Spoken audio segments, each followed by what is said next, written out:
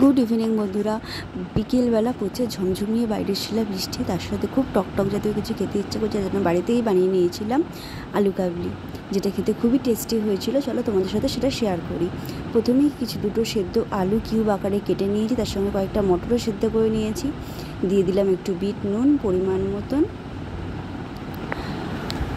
আর cube করে কেটে নিয়েছি একটু শসা, সেটাও দিয়ে দিলাম। আর কিউব করে কেটে নিয়েছিলাম পেঁয়াজ, টমেটো আর একটা ছোট্ট কাঁচা লঙ্কা দিয়েছি, যেহেতু আমার ছেলেও এটাই খাবে আমি জানি, সেই জন্য একদম অল্প ঝাল দিয়েছি। আর ধনেপাতা কুচিয়ে নিয়েছি, সেটাও দিয়ে দিয়েছি। দিয়ে এবার ওতে অ্যাড করবো কিছুটা তেঁতুলের পাল্প, যেটা আমি ভিজিয়ে রেখেছিলাম, সেটা অ্যাড করে দিলাম। এর মধ্যে আমি দিয়ে দেবো একটা গোটা লেবুর রস, পাতিলেবুর রস, সেটা দিয়ে দিচ্ছি।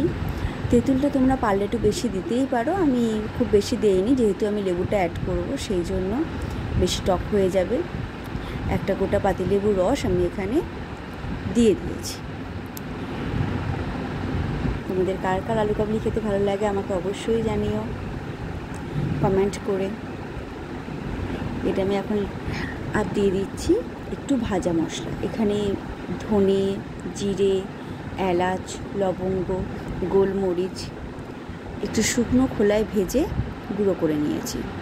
এতে একটা শুকনো লঙ্কা দেওয়া যেত, যেহেতু ছেলে খাবে শুকনো লঙ্কাটা ওকে দিতে চাই না, সেই জন্য শুকনো লঙ্কাটা দেইনি।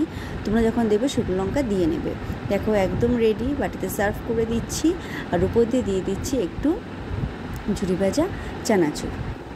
তোমাদের ভিডিওটা কেমন লাগলো অবশ্যই আমাকে কমেন্ট করে জানাবে। তোমরা প্লিজ লাইক করে দিও, আর অবশ্যই শেয়ার অ্যান্ড সাবস্ক্রাইব করো।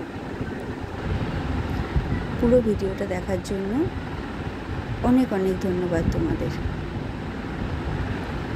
ঝটপট তোমরাও আজকে বিকেলে এটা বাড়িতে রেডি করে নাও, দেখবে খুব yummy and tasty. Bye bye.